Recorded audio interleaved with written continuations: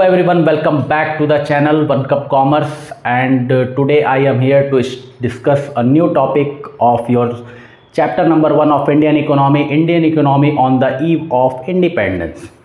तो इसके previous lecture में हम लोगों ने देखा था कॉमर्शियलाइजेशन ऑफ एग्रीकल्चर, और आज हम यहाँ पे देखेंगे इंडस्ट्रियल सेक्टर्स के बारे में कि इंडस्ट्रियल सेक्टर हमारी कैसी थी और ब्रिटिशर्स के आगमन के बाद इंडस्ट्रियल सेक्टर कैसी हो गई हमारी। ठीक है, तो हम लोग भारतवासी क्या थे, हैंडलूम प्रोडक्ट यानी हैंडीक्राफ्ट प्रोडक्ट में हम लोग वर्ल्ड फेमस हुआ करते थे उस समय। ठीक है, लेकिन जब से ब्रिटिशर्स का आगमन होता है भारत पे, तो भारत का जब पूरा का पूरा इतिहास बदल जाता है, तो यानी कि इंडस्ट्रियल सेक्टर्स में भी बदलाव देखने को मिला। ठीक, तो बदलाव कैसा देखने को मिला, तो बदलाव ग्रोथ वाला नहीं, डिक्लाइन पोजीशन जाने वाला बदलाव देखने को मिलता है। ठीक है, यानी ब्रिटिशर्स आते हैं और जो भी हमारे इंडस्ट्रियल सेक्टर थे उसको बर्बाद करने के लिए जुट जाते हैं और ऐसा चीज़ अपनाते हैं कि सिस्टमेटिकली डिस्ट्रॉय करते हैं वो हमारी इंडस्ट्रीज़ को। ठीक है, तो इसमें पहला कंसेप्ट आया क्या, डी इंडस्ट्रियलाइजेशन। तो डी इंडस्ट्रियलाइजेशन क्या होता है, इंडस्ट्रियलाइजेशन मतलब क्या कि इंडस्ट्रियों को लगाना, और डी इंडस्ट्रियलाइजेशन मतलब क्या कि लगी लगाई इंडस्ट्रियों को बंद करवाना, ख़त्म करवाना। तो जो ब्रिटिशर्स आए थे उनका क्या मेन मोटिव था कि हमारी जो बनी बनाई इंडस्ट्री हैं उसको तबाह करना, उसको ख़त्म करना। ठीक, तो डी इंडस्ट्रियलाइजेशन कंसेप्ट क्या है, तो ब्रिटिशर्स आते हैं भारत में और सिस्टमेटिकली डिस्ट्रॉय करना शुरू कर देते हैं हमारे हैंडीक्राफ्ट प्रोडक्ट्स को, हैंडीक्राफ्ट कंपनी को, और वो टू फोल्ड स्ट्रेटेजी अपनाते हैं। अब सर टू फोल्ड स्ट्रेटेजी क्या होता है, तो टू फोल्ड स्ट्रेटेजी में क्या होता है कि इंडिया से रॉ मटेरियल जो है वो क्या करते हैं, ले जाते हैं एट वेरी चीप कॉस्ट। वो बहुत कम दामों में अपने देश में, मतलब कि ब्रिटिश ले जाते हैं वो इंडिया से रॉ मटेरियल, और उसका बढ़िया बढ़िया सामान बना के जो है मशीनों से की मदद से, और फिर हमारे इंडिया में ही ले आके बेचना शुरू कर देते हैं। अब हमारी कंपनी ठहरी क्या, हैंडीक्राफ्ट इंडस्ट्री, यानी कि हम लोग हाथ से बनाते थे। भाई अब कपड़ा बनाना है, शर्ट बनाना है, पैंट बनाना है, तो हम लोग क्या करते थे, एक एक धागा मतलब कि पूरा का पूरा क्या करते थे, हम लोग हाथ से बुनते थे, यानी कि हैंडीक्राफ्ट क्लोथ्स बनाते थे। और वो हमारे वहाँ से ही कॉटन उठा के ले जा रहे हैं और उसको मशीन में डाल रहे हैं और सुंदर सुंदर कपड़े, शर्ट, पैंट, टी शर्ट ये सब बना के हमारे देश में ही ले आके बेच रहे हैं, और हमारी जनता खरीद भी रही है। क्यों खरीद रही है, क्योंकि जो हमारे हैंडीक्राफ्ट प्रोडक्ट होते थे वो बनाने में एफर्ट ज़्यादा लगता था और महंगे हुआ करते थे और देखने में उतने सुंदर भी नहीं लगते थे। और उनके प्रोडक्ट क्या होते थे, रॉ मटेरियल हम ही से ले गए और उनको मशीनों में डाले रॉ मटेरियल को, और उससे अच्छी कपड़े बना के जो है फिर से हमारे भारत में ले आके हमारे लोगों को बेच रहे हैं। तो उनका कॉस्ट ऑफ प्रोडक्शन कम पड़ता था और हमारे देश से वो रॉ मटेरियल ले जाते थे, वो भी ना के बराबर पैसों में ले जाते थे। तो उससे उनकी चीज़ बहुत सस्ती होती थी और दोबारा से वो ले आके हमारे मार्केट में क्या करते थे, बेचते थे। और हमारे प्रोडक्ट से सस्ता प्रोडक्ट उनका होता था, देखने में भी सुंदर लगता था, तो इसी वजह से उनका प्रोडक्ट हमारे देश के लोग प्रिफर करते थे। और यही कारण था क्या कि उनके प्रोडक्ट जो हैं तेज़ी से बिकना शुरू हो जाते थे, और वो ऐसा काम करते थे। और इसी स्ट्रैटेजी को, इसी प्रोसीजर को हम लोग बोलते हैं टू फोल्ड स्ट्रैटेजी। ठीक, तो होप सो आया हो आपको समझ में। और क्या हुआ था, डिस्क्रिमिनेटरी टैरिफ पॉलिसी थी उस समय। डिस्क्रिमिनेटरी टैरिफ पॉलिसी मतलब क्या, टैरिफ मतलब यहाँ पे टैक्स। ठीक है, टैरिफ मतलब क्या होता है, टैक्स होता है। तो डिस्क्रिमिनेटरी मतलब कि अलग अलग चीज़ों के लिए अलग अलग टैरिफ पॉलिसी, अलग अलग कंडीशंस के लिए।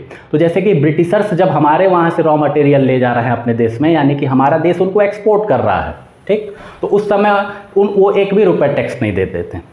या फिर वो अपना हमारे वहाँ से कॉटन ले गया और उसका कपड़ा बना के फिर हमारे वहाँ ही ले आके बेच रहे हैं हमारे लोगों को, तो भी वो एक भी रुपये टैक्स नहीं देते थे।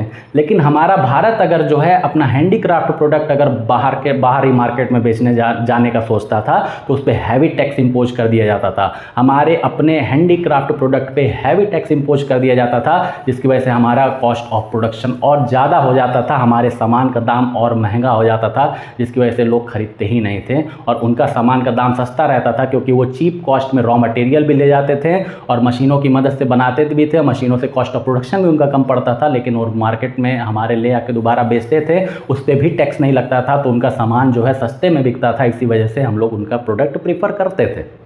ठीक, आज ही के समय की बात कर लीजिए कि हम लोग तुले रहते हैं कि कैसे हम अपनी इंडस्ट्रियों को बंद करवाएं, क्योंकि हम लोग का देश प्रेम कब जगता है, 15 अगस्त और 26 जनवरी को बस।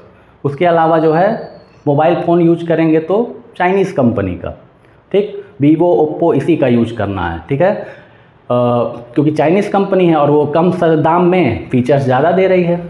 और हमारी कंपनी जो है क्या, माइक्रोमैक्स, ये सारी कंपनियां, तो इस कंपनियों का हम लोग फ़ोन यूज़ नहीं करते हैं। क्यों नहीं यूज़ करते हैं? क्योंकि ये उस पैसे में, उस रेंज में उतने बेहतर फीचर्स नहीं दे सकते हैं, नहीं दे पाते हैं, तो इसी वजह से हम लोग उनका प्रोडक्ट खरीदते नहीं और हमारी जो स्वदेशी इंडस्ट्रियां हैं वो बंद होने लगती हैं।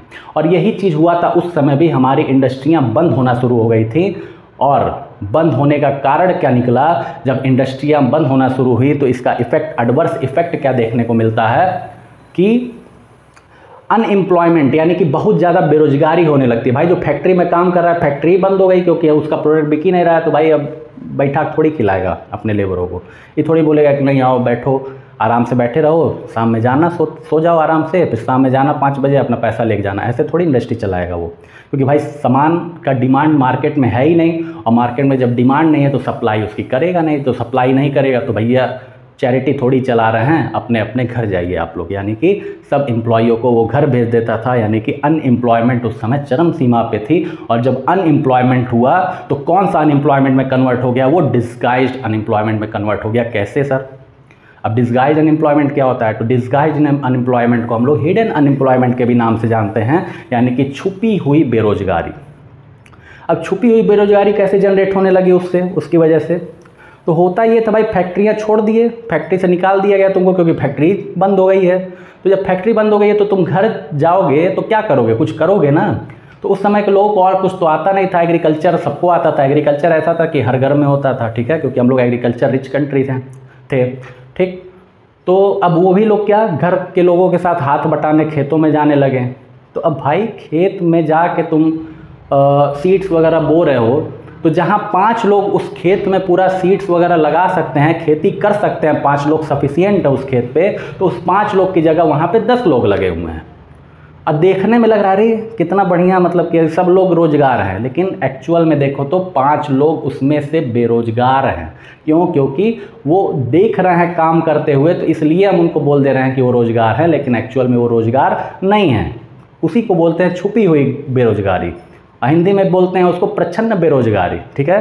तो ये प्रच्छन्न बेरोजगारी कैसे देखने को मिल रही है आपको कि एक्चुअल में 5 लोग की ज़रूरत है उस खेत में काम करने के लिए, लेकिन कर रहे हैं 10 लोग, तो यानी कि 5 लोग अनयूज्ड हैं उसमें से, तो वो लोग अनएम्प्लॉयड हैं, ठीक।